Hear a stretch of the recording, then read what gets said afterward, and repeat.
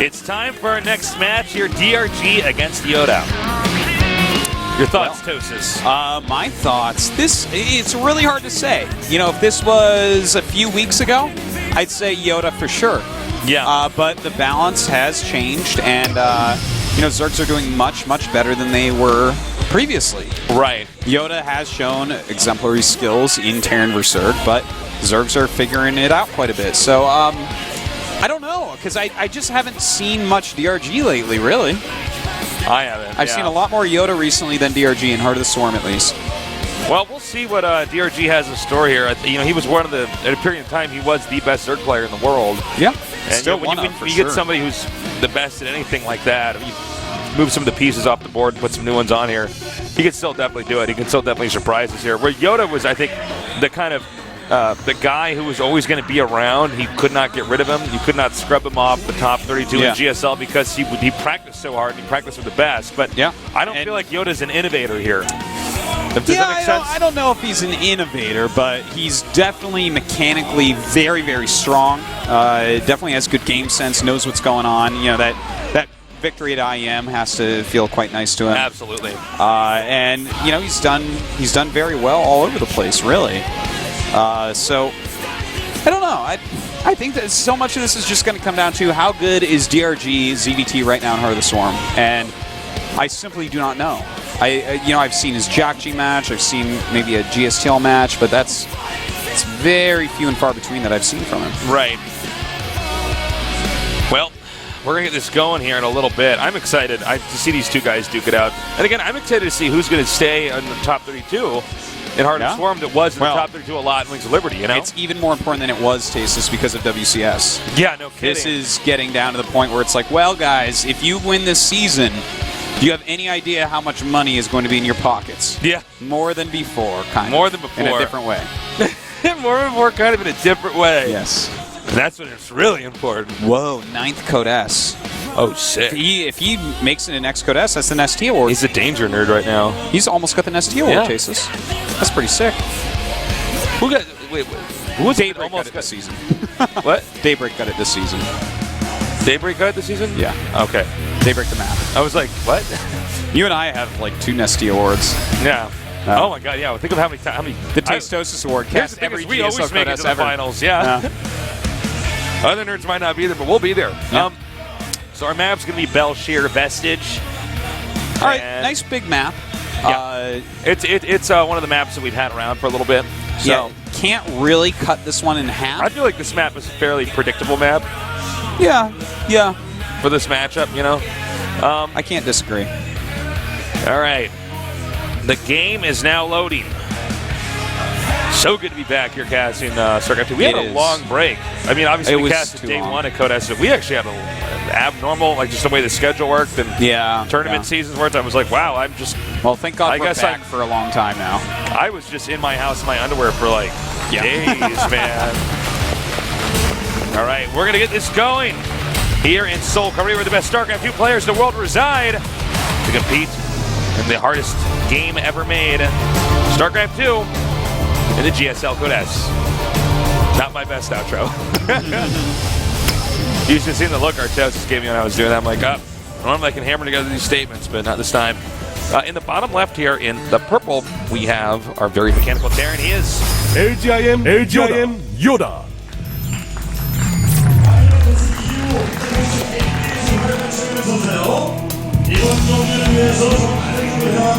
And in the upper left, we have our Zerg player, a GSL champion. He is MVP DongRaeGu. For those of you guys that don't know, DongRaeGu is actually a location in Busan. It's where he grew up. Gu is it district in Korean, or is that like province, or it's a district. A district. Okay. It's like a part of a city. Okay. Yeah, it's DongRaeGu in Busan. So notice that he's done a very quick drone scout. DRG does not want to get proxy raxed here, and part of the reason for this is, well, yeah, there's proxy raxes, proxy reapers, both good. Oh, nice! We got nerds from Norway. Oh wow! Yeah. I'm okay too. That's great. Thanks, guys. I was hoping I'd be at least okay. At least above average. But you know, he's one of the reasons he's scouting so heavily for proxies is because this is a huge map, and this is a map that it's not like there's going to be this unbreakable Terran line or anything. You know, this is not a map that gets split too easily. DRG is going to feel pretty good for this map overall, so he just wants to make sure that no shenanigans do occur. Right. In fact, he does know that a Reaper's likely on the way and gets a very quick gas, so he's going to want to get speed out very quickly as opposed to try to defend with slowlings and queens. This is one of the great things about Heart of the Storm in this match. There's a lot more creative stuff Terran can do in the early game. I think it was a little bit more rigid. TVC's actually always been, even in Brood War, a bit more of a rigid matchup. It was as rigid as could be. Yeah.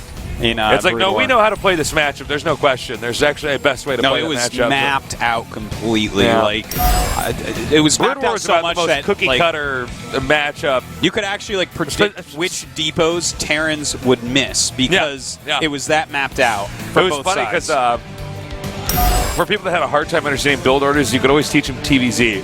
Yes. It's like, no, don't worry about this. No, do exactly this, and exactly this is when you move out no matter what they do. It was pretty fun. So the Reaper's coming out now. And kind of bad choice for which drones to target there. Yeah, DRG running them pretty well here. Not really getting any kills. Kind of surprised he was hitting the extractor there. Probably just misclicks. Yeah. I doubt he has like a damage to the extractor early on strat. Right. That's like it's like, all right, if you rush to Vipers off one base, that's not going to take as much energy out of that. Like, it's like sick metagaming YoDa. No one's ever done that. I love when you make Joe, you come up with a strategy that no one can actually do that wouldn't work, and it's like a counter to this. Hey, I'm trying to give him the benefit of the doubt, Tasteless. YoDa is a far greater player than I. He must have a plan damaging that extractor.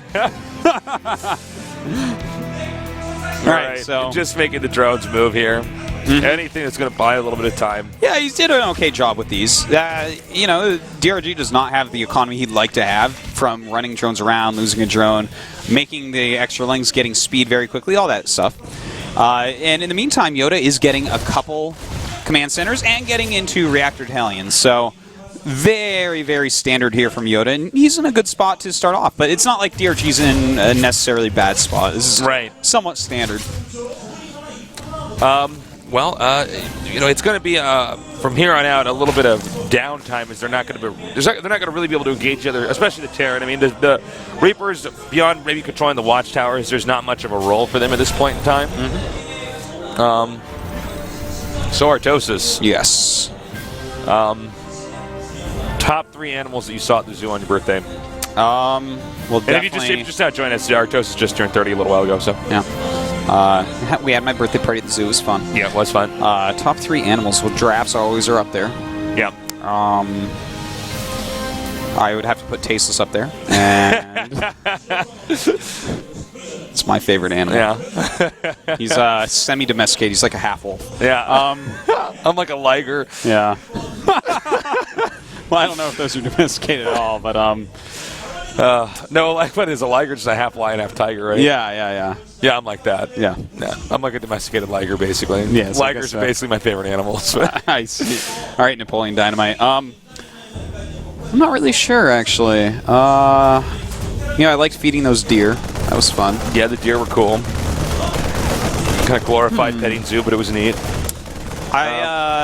Okay, what about the baby monkeys? I'm not into monkeys like other people are.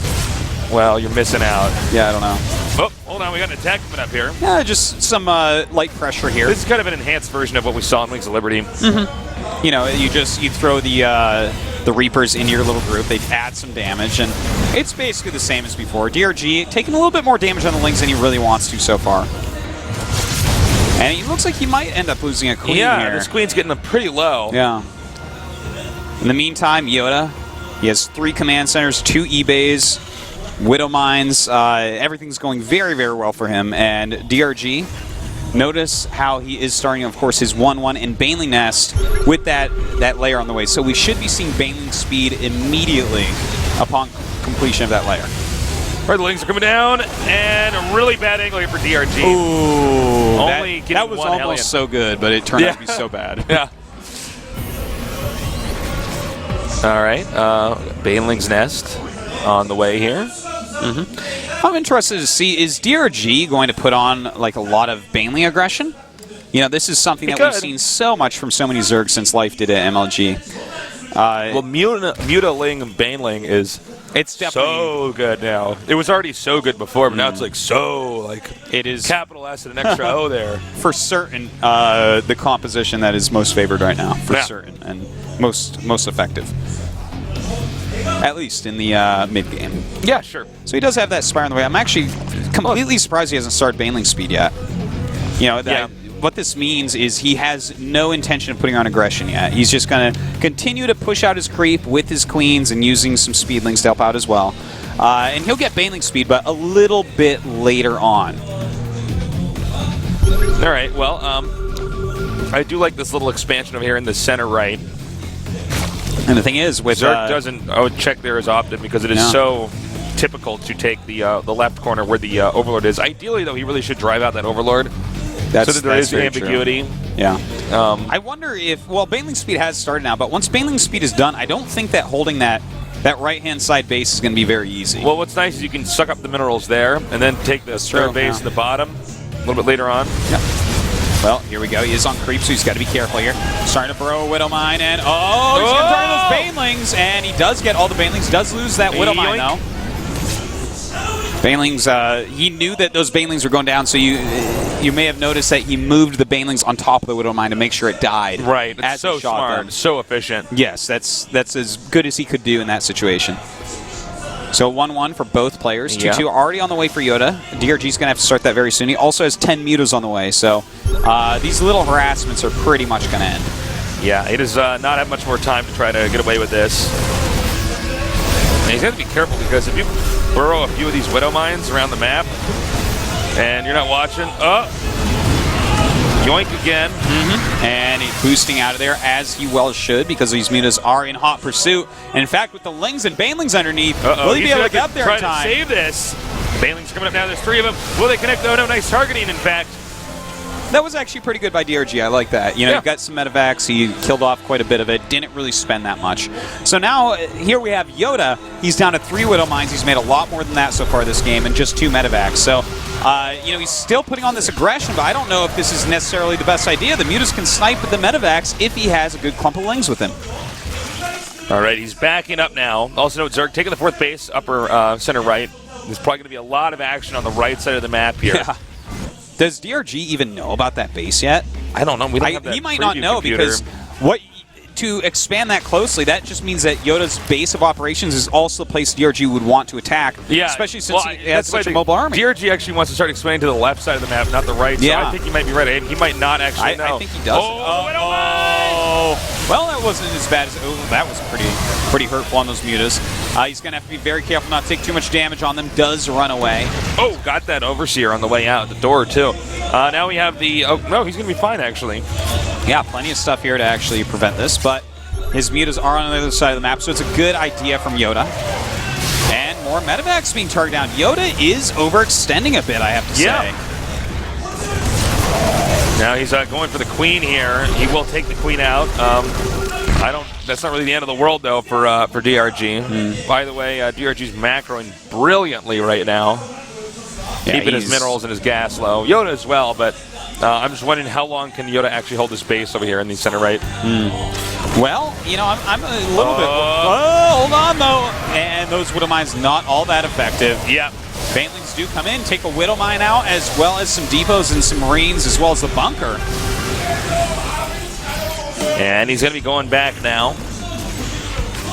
5th base here being taken in the far left, and I don't think that base is going to be anything that YoDa can stop right now. Yeah, he's going to have to get lucky with the drop. I don't know why on earth he's still dropping like this. Well, you know, I think he's just saying, okay, your mutas are down there. I'm going to go ahead and get a drop-off. And in fact, he's going to snipe this hatch, which is a big deal. DRG has functionally only been on 3 bases this entire time. Just slightly longer than YoDa. He's not actually mining from these bases he's been taking, like this one on the left or the one on the right that was there. Yeah, that puts YoDa into a very nice spot, even though we've seen him semi-sloppily lose quite a few drops, quite a few medevacs extra than he necessarily needed to. You know, it doesn't really matter as much because he's kept his economy up. And in fact, as Legend has just pointed out, DRG never started 2-2. Oh, I didn't even notice 3-3 is on the way for YoDa. He's just going to end up winning. Well, he's just going to have better units. DRG's going to have to do something very special here. Rolling.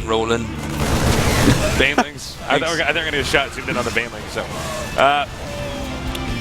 no, he's going to try to come over here and take this out.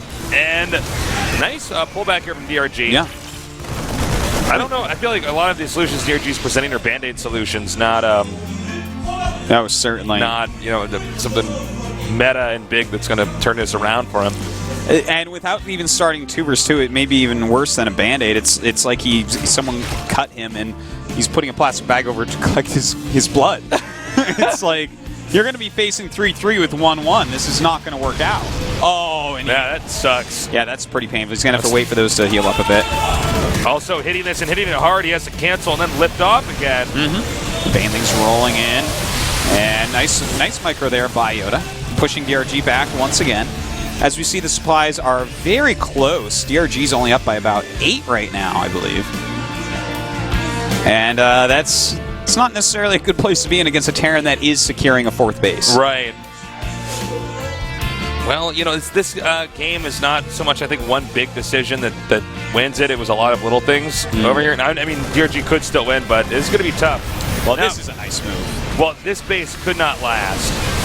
And will the Banelings actually connect with these Marines? Doesn't look like it, actually. Well, he gets a lot of SCVs, which is nice. And in fact, no, his mutas didn't really target too much down there. This base could last. I take it back. Yeah, he still has it, but SCV counts down to 42, so it's not as high as it once was. 10 more mutas on the way. 10 more mutas, and he's just getting that +1 carapace now. So the Marines are going to do very well against the mutas, I have to say, Tasteless. That's a big committal to mutas right now. It is. I think from there, he's just going to go Ling Baneling and go almost really all in against YoDa pretty soon here, where he has a funny amount of mutas and a lot of Lings and Banes and just tries to overwhelm the vastly superior upgrades of YoDa. Well, here's the other thing is that, the fact that YoDa has to know that he should win this as long as he just doesn't mess up for a little bit, because DRG's running out of time. I don't know. I think as long as he just holds this, he'll be fine. We got the Lings coming down here now. Almost got a really good angle there on those Marines and Marauders. YoDa just trying to get out of here right now. I think he's realizing what DRG is up to. DRG's supply is peaking a bit. 22 mutas are out, a lot of Lings, and a decent amount of Banes. Going to go after this 3rd base again. Uh-oh, this could be intercepted. Oh! And a lot of he's actually... He's being super cautious. I think he could have probably gone for that command center, but he wants to be as safe as possible. I think he could have. He would have lost 1 or 2 mutas killing it, but he definitely could have killed that if he had gone for it. Well, DRG still trying to use the mobility of his army to his advantage, going down here towards the natural.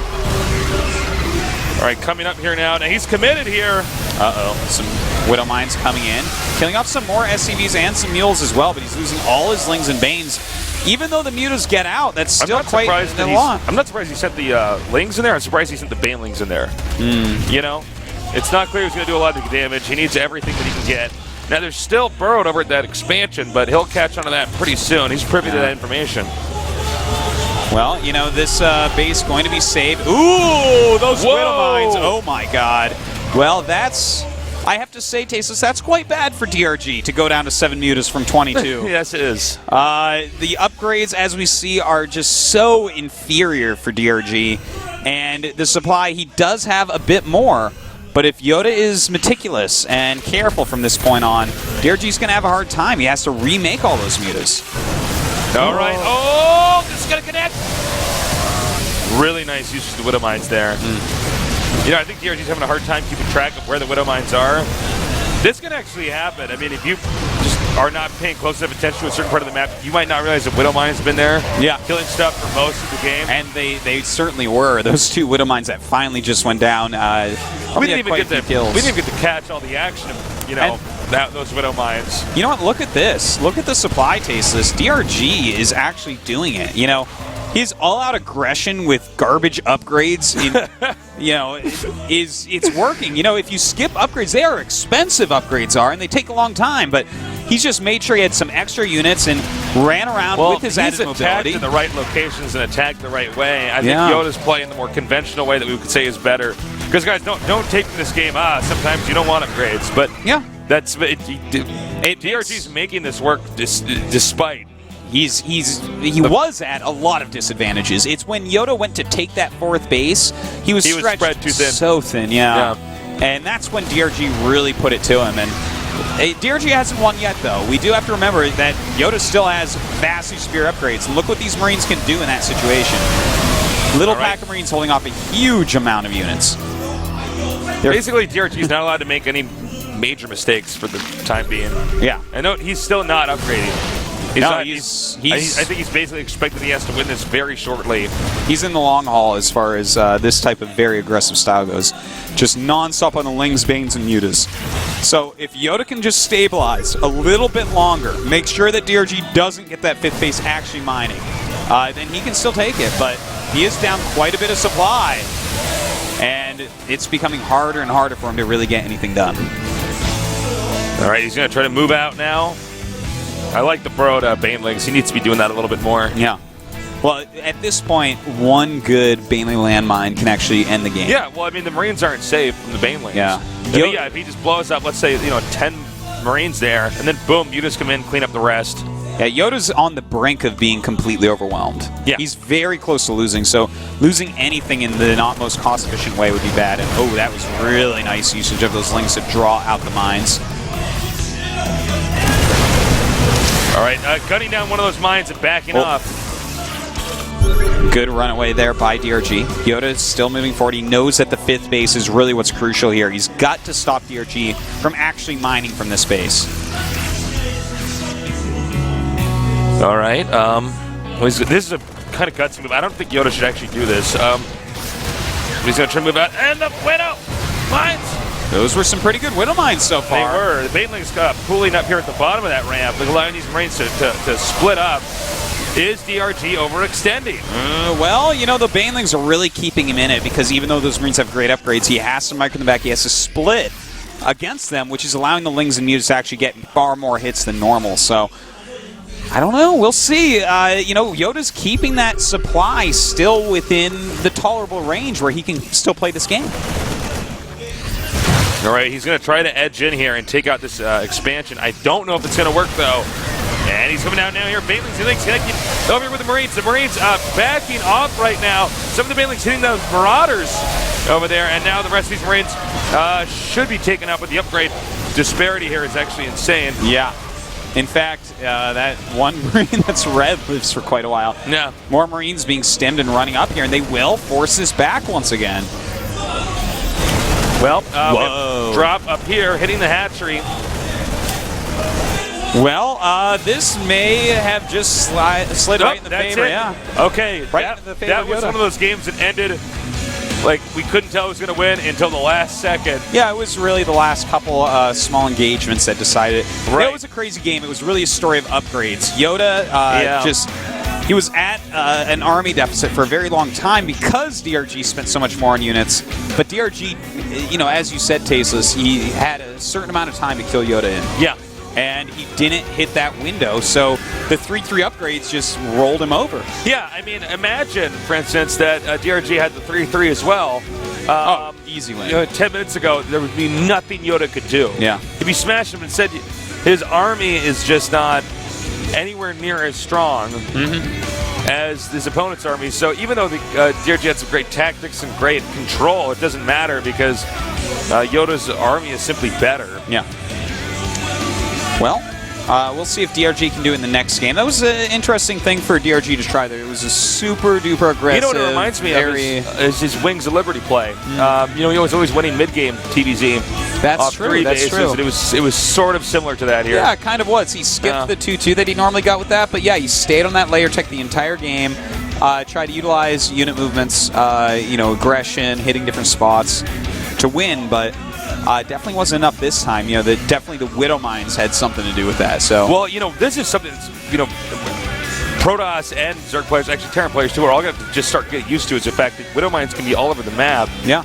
And you are just not allowed to mess up against Widow Mines. The amount of damage that can, occur with a few Widow Mines. There were parts of the map where there was Widow Mines for like, I don't know, 5-6 minutes. Yeah, there were. And I mean, we aren't even able to catch how many kills they're getting. No, it could be quite a few. That, yeah. So our next map is going to be Whirlwind, a good choice for DRG. It's going to be harder for YoDa to hold on to things. Of course, Belshire is kind of a hard map too, but I got to say, I think things are looking pretty good for YoDa. You know, he's going for that longer game. He saw and dealt with the super aggression of DRG. I think that if it starts going down the same road again, he's going to catch on a little bit quicker and adjust his play for that. All right, we are going to go into this game now. Can he come back, Artosis, or is it going to be a 2-0? Your predictions? I think YoDa's going to win it. I think YoDa's going to win 2-1, though. I think DRG can win this. But we'll find out soon. I'm Tasteless. With me is Artosis. And here at GOMTV.net, this is the GSL Code.